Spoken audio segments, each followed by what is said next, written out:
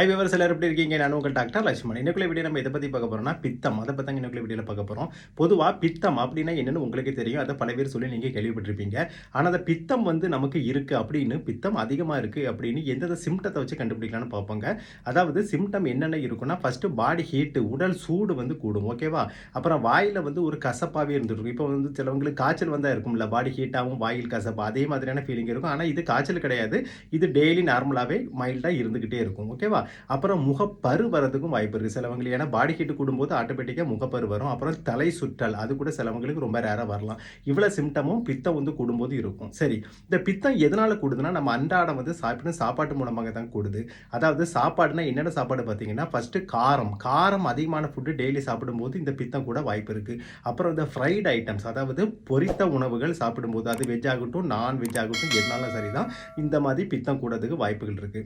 அப்புறம் ஜங்க் ஃபுட்னா உங்களுக்கே தெரியும், இந்த கடையில் விற்கக்கூடிய சிக்கன் மட்டன் ஜங்க் ஃபுட்ஸ், அப்புறம் கேஎஃப்சி மாதிரியான ஃபுட்டுகள், அது அளவுக்கு அதிகமாக சாப்பிடும்போதும் பித்தம் கூடுவதற்கு வாய்ப்புகள் அதிகம். அப்புறம் டீ காஃபி தான் முக்கியமாக, ஓகேவா? ஏன்னா மற்ற ஃபுட்டுகள் கூட நம்ம ரொம்ப ரேராக தான் அப்பப்போ சாப்பிடுவோம். ஆனால் அந்த டீ காஃபி டெய்லி ஃபாலோ பண்ணிட்டு இருக்கோம். சிலவங்க ஒரு நாளைக்கு 5-6 காஃபி 5-6 டீ கூட குடிக்கிறாங்க. அவங்களுக்கு பித்தம் ரொம்ப அதிகமாக இருக்கும்.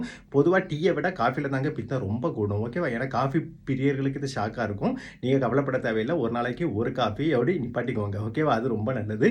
இந்த விஷயங்கள்னால பித்தம் நமக்கு கூடலாம். அப்போது இதில் முக்கியமாக பார்க்க வேண்டிய விஷயம் என்னென்னா, இந்த ஃபுட்டுகளை அவாய்ட் பண்ண தேவையில்லை. அளவு கம்மியாக சாப்பிட்டா, அதாவது ஒரு நேரம் மேக்ஸிமம் 2 நேரம் சாப்பிட்டுக்கலாம் ஒழிய அடிக்கடி இதை சாப்பிடக்கூடாது. இந்த மாதிரி உணவுகளால் பித்தம் அதிகரிக்க வாய்ப்புகள் அதிகம்.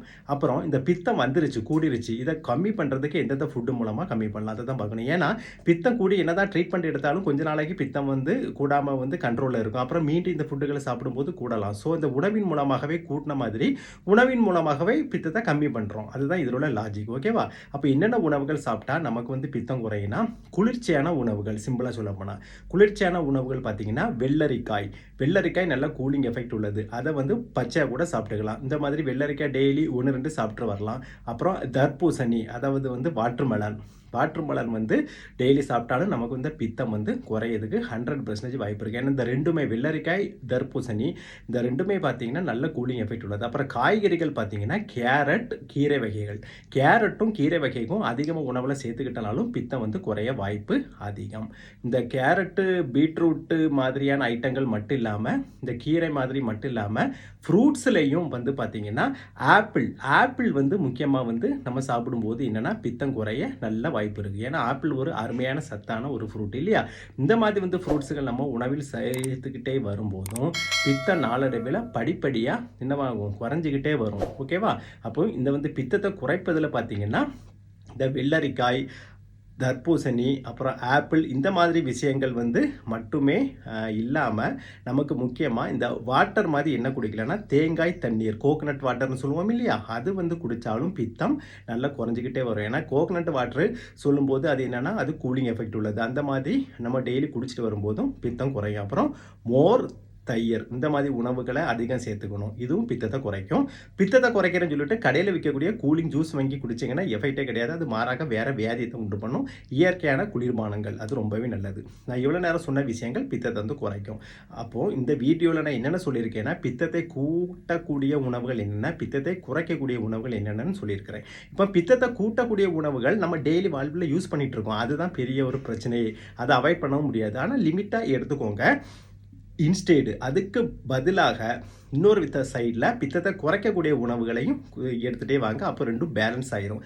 ஏன்னா பித்தத்தை கூட்டக்கூடிய உணவுகள் இதுன்னு சொல்லிக்கிட்டு இதை அவாய்ட் பண்ணுங்கன்னு சொல்கிறதுல ஒரு பிரச்சனை இல்லை எனக்கு. ஆனால் உங்களால் ஃபாலோ பண்ண முடியாது. அதனால் நீங்கள் என்ன பண்ணுறீங்கன்னா, பித்தத்தை கூட்டக்கூடிய உணவுகளை கொஞ்சம் எடுத்துக்கிட்டு, அதனால் ஒருவேளை பித்தம் கூடு மாதிரி இருந்தால் அதை குறைக்கக்கூடிய ஃபுட்டுகளை ஈஸியாக ஃபாலோ பண்ணிடுங்க. அப்போ ரெண்டுமே பேலன்ஸ் ஆயிரும். ஏன்னா லைஃப் இஸ் த பேலன்ஸ், ஓகேவா? அதனால் நான் சொல்கிற விஷயங்கள் எல்லாமே உங்களுக்கு ஈஸி டிப்ஸாக தான் இருக்கும், ஈஸியாக ஃபாலோ பண்ணக்கூடியதாக தான் இருக்கும்.